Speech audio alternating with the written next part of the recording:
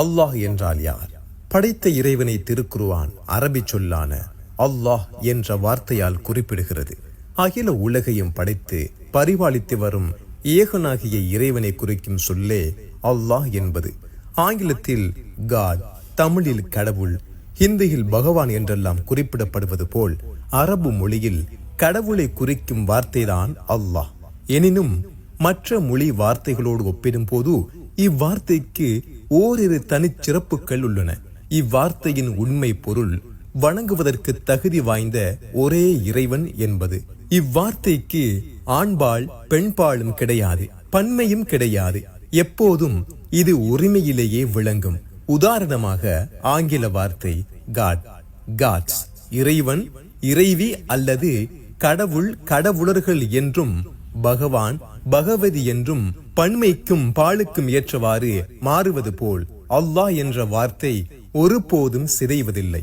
இப்படிப்பட்ட சிறப்புகளின் காரணத்தால் உலகெங்கும் முஸ்லிம்கள் இறைவனை அல்லாஹ் என்ற வார்த்தை கொண்டு அழைக்கின்றனர். மாறாக அல்லாஹ் என்றால் அரபு நாட்டு கடவுள் என்றோ முஸ்லிம்களின் குலதெய்வம் என்றோ நினைத்து விடாதீர்கள்.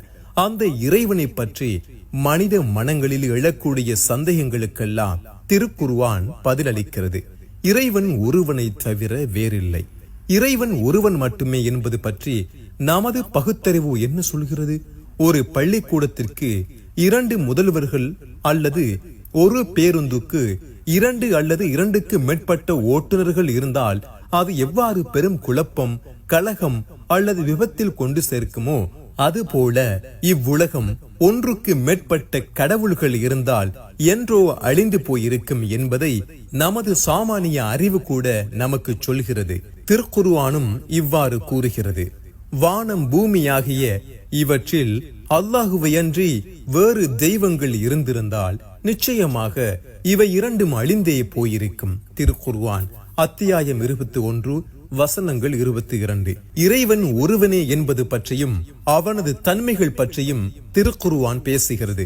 நபியே, நீர் கூறுவீராக, அல்லாஹ் அவன் ஒருவனே, அவன் தேவைகள் ஏதும் இல்லாதவன், அவன் எவரையும் பெற்றெடுக்கவில்லை, அவனையும் யாரும் பெற்றெடுக்கவில்லை, அன்றியும் அவனை போல் எவரும் எதுவும் இல்லை. திருக்குர்ஆன் அத்தியாயம் 112 வசனங்கள் 1 தொடக்கம் 4 வரை. அவனே அல்லாஹ், வணக்கத்திற்குரியவன், அவனை தவிர வேறு நாயன் இல்லை. மறைவானதையும் பகிரங்கமானதையும் அறிபவன், அவனே அளவற்ற அருளாளன், நிகரற்ற ஆண்புடையோன். அவனே அல்லாஹ், வணக்கத்திற்குரிய நாயன், அவனை தவிர வேறு யாரும் இல்லை. அவனே பேரரசன், மிக பரிசுத்தமானவன், சாந்தி அளிப்பவன், தஞ்சம் அளிப்பவன், பாதுகாப்பவன், யாவரையும் மிகைப்பவன், அடக்கி ஆள்பவன், பெருமை குறித்தானவன், அவர்கள் இணை வைப்பவற்றையெல்லாம் விட்டு அல்லாஹ் மிக தூய்மையானவன். திருக்குர்ஆன் அத்தியாயம் 59 வசனங்கள் 23. அவன்தான் அல்லாஹ், படைப்பவன், ஒழுங்கு படித்து உண்டாக்குபவன், உருவம் அளிப்பவன். அவனுக்கு அழகிய திருநாமங்கள் இருக்கின்றன. வானங்களிலும் பூமியிலும் உள்ளவையாவும் அவனையே தஸ்பீஹ் செய்து துதி செய்கின்றன. அவனே யாவரையும் மிகைத்தவன், ஞானம் மிக்கவன். வணக்கத்துக்கு உரியவன் யார்? மனிதர்களே, நீங்கள் உங்களையும் உங்களுக்கு முன்னிருந்தோரையும் படைத்த உங்கள் இறைவனையே வணங்குங்கள். அதனால் நீங்கள் தக்வா, இறையச்சமும் தூய்மையும் உடையோராகலாம். அவன்தான் கர்ப்ப கோளறைகளில் தான் நாடியபடி உங்களை உருவாக்குகின்றான். அவனை தவிர வணக்கத்திற்குரிய நாயன் வேறில்லை. அவன் யாவரையும் மிகைத்தோனாகவும் விவேகம் மிக்கோனாகவும் இருக்கின்றான். திருக்குர்ஆன் அத்தியாயம் 3 வசனங்கள் 6. இவ்வாறு அனைத்து மனித குலத்துக்கும் பொதுவானவனும் சர்வ வல்லமை கொண்டவனுமாகிய ஏக இறைவனை மட்டுமே வணங்க வேண்டும் என்று திருக்குர்ஆன் வலியுறுத்துகிறது.